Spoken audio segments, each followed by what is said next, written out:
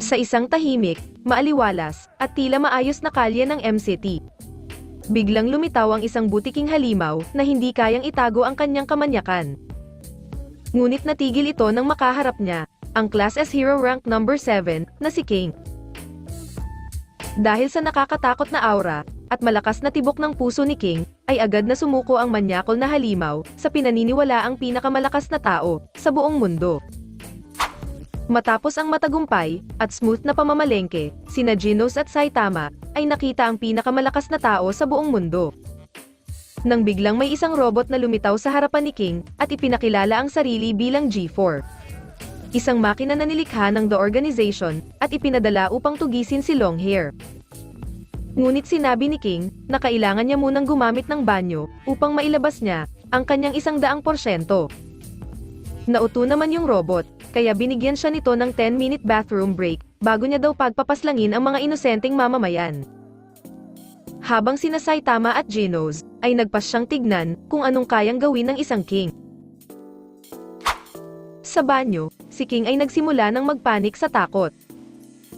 Kung saan hindi naman daw talaga siya malakas, kundi isang duwag at isang ordinaryong otako na loser. Na sa tuwing may mga halimaw na lumalabas, ay nagkakataon na may ibang tao ang tumetalo sa mga ito at napupunta sa kanya lahat ng credits. At nagulat na lang siya ng isang araw ay may titulo na siyang Class S Hero. Kaya nang hindi niya na matiis, ay nagpasya na siyang tumakbo pauwi. Habang si Genos na ang nakipaglaban sa robot. Nang makauwi siya ng ligtas, ay agad niyang sinubukan ang bagong bili niyang video game, ang Heartbeat Hottie Sister 2. Nang biglang lumitaw si Kalbo galing bintana, at nahuli siyang naglalaro ng pambabaeng video game. Shit! Mabilis naman na nagdahilan si King, na aksidente niya daw na nabili ang maling laro. Kaya nang nakakita si Saitama ng isang action robot game, ay agad na pinalitan ni King ang laro, at nagsimulang maglaro ang dalawa. Habang sila ay naglalaro, natanong ni Saitama si King kung bakit daw siya napatakbo kanina. Hindi daw kaya mas gusto nito ang maglaro kaysa lumaban, o baka naman dahil sa sobrang lakas niya, ay naboboring na itong labanan ang mga halimaw. Habang pinipilit magsalita ni Kalbo si Longhair, biglang may malaking uwak ang nag-crash sa bintana ng gusali, kung saan napatakbo si King sa likuran ni Saitama. Nang sinabihan ni Kalbo na siya dapat ang lumaban dito, ay napaihi sa takot si King sa kanyang salawal, at doon na na-exposed ang pinakaiingat-ingatang sekreto ni King. Sa isang iglap, ay natalo ni Saitama ang halimaw, at sa kanyang pagkabigla, ay na-realize ni King, na mula nang makaharap niya ang taong pugita, na nagbigay sa kanya ng peklat sa mukha, ay naroon ito upang tulungan siya. Na dating may buhok, at ngayoy kalbo, ang makinis na ulong may kafa, ay ang kanyang tagapagligtas. Matapos matalo ni Genos ang halimaw na robot, dinala niya ang ibang parte nito kay Dr. Cosino, upang gawin pa siyang mas malakas. Sinabi din niya sa doktor, na patuloy pa rin niyang hinahanap ang evil cyborg na sumira ng kanyang bayan, at determinadong lipunin ito. Samantala, ang Minister Officer ng Hero Association na si Sitch, ay nagpahayag na magre-recruit sila ng mga kriminal dahil sa pagtaas ng bilang ng mga halimaw, at ang papalapit na hula mula kay Madam Shibabawa. Sinabihan din niya ang mga ito, na huwag nilang pansinin ang 3 Class A hero na nasa tabi niya, dahil ang mga ito ay para sa kanyang proteksyon lamang. Habang agad naman na umalis ng meeting si Sonic, nang malaman niya na hindi present si Saitama. Naging hati ang opinyon ng mga hero at kriminal sa naging panukala ng Hero Association, at walang kahit isa sa dalawang panig ang sumang-ayon sa ideyang ito. Bigla naman may isang lalaking siraulo ang naghamon ng basagan ng mukha, at kahit daw magsama-sama pa ang lahat, ay hindi daw nila siya kayang itumba. Ipinakilala ng lalaki ang kanyang sarili, bilang Garo.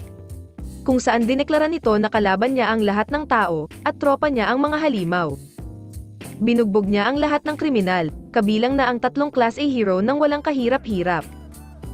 Habang ang itinira niya lamang ay ang Minister Officer ng Hero Association bilang mensahe, na nagdeklara siya ng giyera laban sa mga hero, at upang ipakalat ang balita tungkol sa pagdating ng halimaw, na si Garo. Samantala, si Kalbo ay naadik na sa paglalaro ng video games na hiniram niya mula kay King. Habang naghuhugas naman ng pinggan ang cyborg, na-detect nito ang isang mabilis na bagay na papalapit sa kanila. Nang buksan niya ang pinto, ay nakilala niya si Sonic. kung saan naparito ito upang hamunin muli sa isang rematch, ang kanyang pinaniniwalaang karibal. Umalma ang Cyborg, dahil hindi daw siya karapat-dapat tawaging karibal ng kanyang master. Habang siya, at si Genos, ay nagpasyang maglaban sa ibang lugar, ang B-Class Rank 1 na nagngangalang Fubuki, ay kumatok sa kanyang apartment upang pilitin si Kalbo, na sumali sa kanyang grupo. Nang nabigo si Fubuki na kumbinsihin si Saitama, bilang leader ng Blizzard Group, ay inutusan niya ang kanyang mga bata na puwersahin si Kalbo. Ngunit sila ang puinersa nito. Gumamit si Fubuki ng malakas na psychic power, ngunit hindi nito natinag si Saitama. Dahil doon, ay gumamit siya ng iba't ibang uri ng psychic technique, ngunit kahit isa sa mga ito, ay walang naging talab kay Kalbo. Hanggang silang dalawa ay maipit sa mainit na laban, ng Cyborg, at Ninja. Ikinagulat naman ni Fubuki nang iligtas siya ni Saitama sa nangyaring pagsabog, ngunit mas ikinagulat niya, nang tawagin ng isang S-Class hero ang isang B-Class hero na master. Bumati naman ang Ninja, at tinawag nito ang Cyborg na isang kuhol dahil sa bagal nito, ngunit rumbat si Genos, na hindi pa niya nilalabas, ang tunay niyang lakas. Mas lalo nang bumilis si Genos, kung saan nakakasabay na siya kay Sonic, at nagawa niyang putulin ang buhok nito. Dahil doon, ay gumanti si Sonic sa pamamagitan ng mas mabilis pa, at lumikha ng after image na hindi na nasundan pa ng Cyborg. Kaya nagpa siya si Genos na gumawa ng malaking pagsabog upang matalo ang Ninja, ngunit pinigilan siya ni Saitama. Mas gusto niya na mayroon siyang matirhan na kung saan mailalapat ang kanyang makinis na ulo sa gabi, kaysa sa pabayaan ng kanyang estudyante na sirain ang kanilang apartment. Sa halip, ay pumayag siya sa kagustuhan ni Sonic na kalabanin siya, kaya na-excite ang Ninja, at ginamit na niya ang kanyang ultimate master technique, ang tenfold funeral technique. Kaya oras na din upang gamitin ni Kalbo ang kanyang killer move, ang Serious Series Sideways Jumps. Kung saan nakagawa pa ito na mas madami pang imahe kaysa kay Sonic, at natalo siya ni Kalbo gamit ang sarili niyang technique. Back in the apartment, sinabi ni Fubuki na siya ay dapat na nasa mataas na ranggo, kung hindi dahil lamang sa kapatid niyang si Tatsumaki. Kaya upang manatili sa B-Class rank, ay kinontrol niya ang mga mas mababang mga hero sa kanya, at upang malampasan balang araw ang kanyang kapatid. Sinabi din ni Fubuki, na hindi niya kayang umangat ng A-Class Rank 1, dahil nandoon ang mga hero tulad ni Sweet Mask, at ang mga estudyante ni Atomic Samurai, na malayo sa kanyang kakayahan. Nang tanggihan ulit siya ni Saitama na sumali sa kanyang grupo, ay biglang may kumatok sa pinto. Kung saan dumating si King upang bawiin ang kanyang PSP para lang matuklasan, na nabura ni Kalbo ang kanyang save file. Habang patuloy naman na nagugulat ang chicks, sa mga tropa ni Saitama. Samantala, binigyan ng nickname ng Hero Association si Genos bilang Demon Cyborg, habang dahil naman sa makinis niyang ulo at kafa, si Saitama ay binigyan ng titulong, Cape Baldy. Sa isang eskinita, nagsimula na ang hero hunt ng halimaw na si Garo, ngunit hindi siya nasiyahan sa naging biktima nito. Kaya inihayag nito, na patuloy siyang maghahanap ng hero na kayang pumalag sa halimaw, na si Garo. Sa ibang dako, pinalayas ni Bang ang kanyang estudyante na si Charanko, matapos itong hindi matuto ng kahit anong martial arts sa loob ng 6 na buwan. Kaya pumunta siya sa apartment upang isalaysay kay Saitama and Company, ang naging aksyon ng kanyang master. Sinabi ni Genos na marahil ang naging kakaibang pag-uugali ni Bang, ay kaugnay sa kamakailang pag-aamok ng dati nitong estudyante, na si Garo. At marahil ito ang naging dahilan kung bakit siya pinalayas ng kanyang master, upang protektahan siya mula sa galit ni Garo. Habang may kanina pang gumugulo sa isip ni Kalbo. Hindi niya siya kilala. Matapos umalis sa apartment, napaisip si Charanko kung anong gagawin niya kung isang araw, ay makasalubong niya si Garo. Nang biglang marinig niya si Garo sa malapit, kausap si Muman Rider. Bago pawasakin ni Garo si Muman Rider, ay dumating ang grupo ng malalakas mag-gym upang rumesbak, para sa tropa nilang binugbog noong isang araw. Sinuntok na naman ito ni Halimaw, at mabilis na sinugod ang iba pa, nang biglang pinigilan siya ng kanilang bossing, na si Tank Top Master. Agad na pinakita ni Tank Top Master kung paano lumaban ang isang Class S hero, ngunit patuloy pa din na nakatayo si Garo. Samantala, winelcome ni Bang ang kanyang kapatid na si Bomb sa dojo. Nag-usap sila tungkol sa kapangyarihan na naabot ng dating estudyante, at ang kanilang plano na pigilan ito ng magkasama. Nagpasya na si Tank Top Master na tapusin si Garo, dahil sa kabila ng ito ay isang tao. ay ramdam niya ang pagiging isang halimaw mula rito. Ngunit bago pa niya mailapat ang huling suntok kay Garo, ay pumagit na si Muman Rider sa kanilang dalawa. Dahil hindi siya makapaniwala na ang hero, ay kayang pumatay ng isang tao. Sumang-ayon naman ang puro muscles, sa kabila ng pagtutol ng mga malalakas mag-gym, at sinabihan si Garo na umalis na lamang. Ngunit huminto ito, at sinabing papaslangin niya silang lahat. Inaasahan na ito ni Tank Top Master, ngunit nagawang makailag ni Garo, at aksidente niyang nagawa ang teknik ni Bang. Binugbog niya si Tank Top Master, habang winasak niya si Muman Rider. Pagkatapos, ay inisa-isa na niya ang mga malalakas mag-gym, habang si Charanko, ay hindi na matiis ang kalupitan nito. Kinaumagahan, gabi sila umalis, umaga na sila nakarating.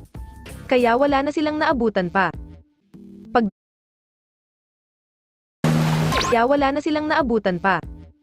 Pagdating sa ospital, binisita ni Kalbo si Muman Rider at si Tank Top Master, upang kumalap ng ilang impormasyon, habang binigyan niya ang mga ito ng tig-iisang saging. Samantala, sa isang parke, isang bata ang nagbabasa ng libro tungkol sa mga hero, nang sumali sa kanya si Garo. Kung saan nakakuha siya ng ilang impormasyon ng mga hero, upang magamit sa kanyang hero hunt. Back to the hospital, binalaan ni Tank Top Master si Kalbo kung gaano kabihasa si Garo dahil sa kanyang mga teknik, kaya binisita niya si Charanko upang matuto tungkol sa martial arts. Mayroon isang tournament ang gaganapin. At since hindi makakasali si Charanko, ay ibinigay sa kanya nito ang isang tiket upang makapanood. Sinabihan niya si Saitama na hindi siya pwedeng sumali dahil may pangalan niya ito. Ngunit nang makita ni Kalbo ang 3 million yen sa mananalo, ay wala na itong ibang naririnig. Kinagabihan, natunto ni Garo ang Class A hero na si Golden Ball, at hinamon niya ito sa isang laban. Tinanggap naman ito ng nakainom, kung saan napunta sila sa isang eskinita. Agad nitong inatake ang nagpapanggap na halimaw, ngunit nasalaglang ang lahat ng ibinatong mga pag-atake nito na parang tingga sa sipa. Nang wala nang may bato pa si Golden Ball, biglang dumating si Spring Mustacho upang tulungan siya. Ngunit ang swabe nito ay madali din naubos, kung saan pareho silang tinapos ng halimaw na si Garo. Habang naglalakad sa shopping district, aksidenteng nakasalubong ni Garo si Kalbo, na may hinahanap. Inisip niya na isa lang itong saling pusa na hero. Kaya sinubukan niyang tagain ang walang kamalay-malay na kalbo, ngunit nagulat ang halimaw nang siya ang tagain nito, at nawalan siya ng malay. Kung saan naghahanap pala si Saitama ng wig upang magpanggap sa tournament, bilang Charanko. Nagkaroon ng flashback si Garo sa kanyang pagkabata, kung saan sinusuportahan niya ang mga halimaw dahil hindi niya maintindihan, kung bakit laging natatalo ang mga masasamang tao. Hindi niya tanggap ang karaniwang takbo ng mga bagay, kaya't nagpas siyang hindi na siya matatalo, at magiging pinakamalakas na halimaw. Ni Saitama, na walang ideya kung anong nangyari. Samantala, dahil sa nangyaring pag-atake kamakailan sa kanilang opisyales, ang Hero Association ay planong mag-assign ng isang class as hero bilang kanilang mga bodyguard. Una nilang tinawagan si King, ngunit busy daw ito sa pakikipaglaban sa halimaw na boss, kaya't napilitan si Metal Bat na bantayan. Ang isa sa halimaw ang mukha na sponsor kasama ang kanyang anak. Nang makatanggap si Metal Bat ng tawag mula sa kanyang kapatid, dalawang halimaw ang umatake sa sponsor at sa anak nito, ngunit bago sila umalis, ay handa nang harapin ang mga ito ni Metal Bat. Samantala, nangangamba si Charanko na baka sumali si Saitama sa tournament gamit ang pangalan niya. Kung saan tama ang kanyang hinala.